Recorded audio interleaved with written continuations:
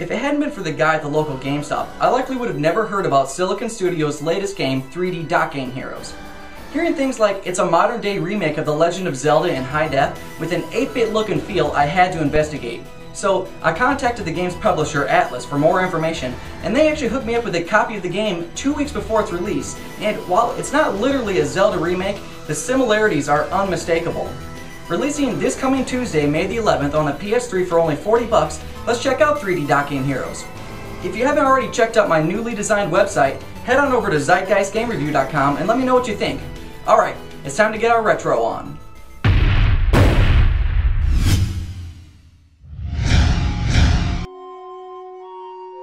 Long ago, a Dark Lord was stirring trouble for the 2D kingdom of Dotnia, so a hero with a magical sword vanquished him to a dark orb with the help of 6 light sages and their orbs.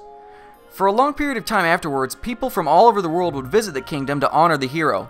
But as time passed, the numbers started to dwindle, so to spice things up, the king made the kingdom 3D. As the kingdom began to prosper once again, a dark bishop named Fuel has gotten his hands on the dark orb of the past and is beginning to cause a ruckus. The game opens in the past where the hero of the day hides the magical sword to be found by one of his descendants in the future. Fast forward to the 3D era, and you awaken as one of the descendants to this hero. After meeting with the king, he claims that you're the only one who can stop the Dark Bishop, and that you've got to find the magical sword, collect the 6 light orbs and the sages that accompany them, and then put an end to all of the corruption once and for all. Yeah, it's pretty cliche, but hey, it's retro.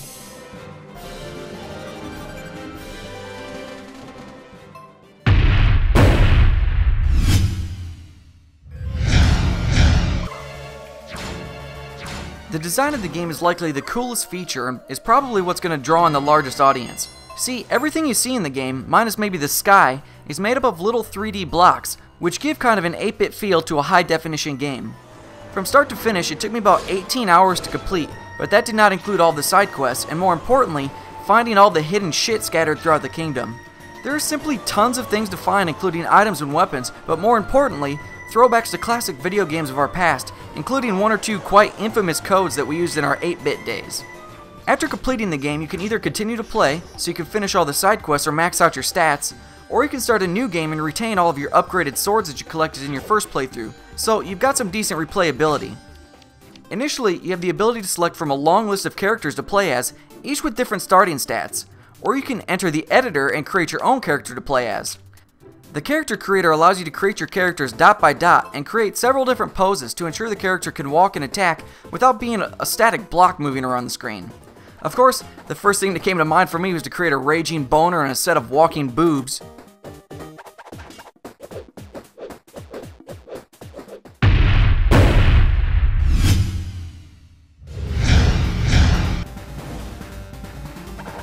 The gameplay is pretty straightforward.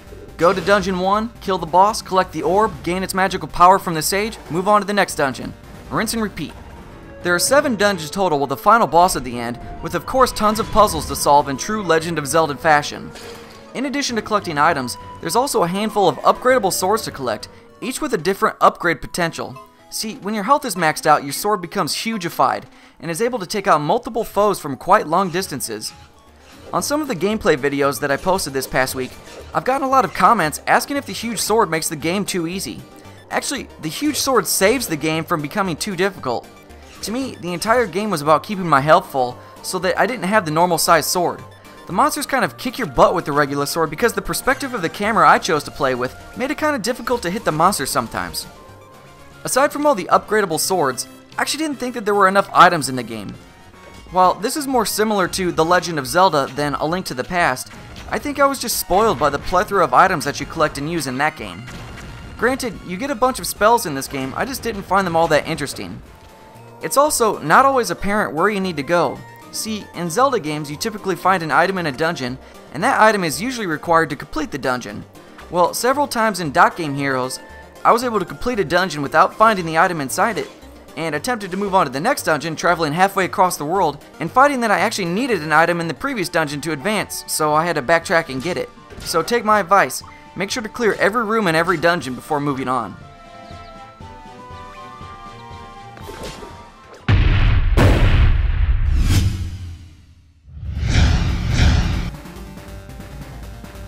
The graphics in the game are really a love or hate kind of thing. Likely for us older gamers, the retro look and feel of the game is simply beautiful to us because it really brings us back to the games of our childhood. I can't imagine what it'd be like to be born today and having to start my gaming experience with something as beautiful as, say, Uncharted 2 or Final Fantasy 13. It almost feels like you can't appreciate games for what they really are, but that's neither here nor there.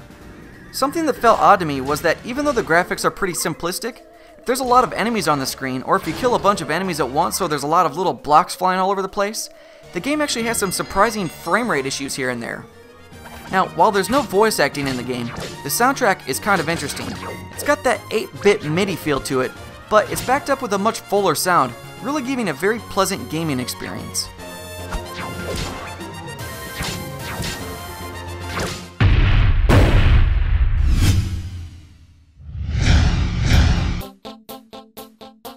What can I say besides I really enjoyed playing this game? While it does suffer from a few technical and design difficulties, the overall experience was very positive. I mean, who doesn't want to play a brand new game clearly based on something so wonderful from our past?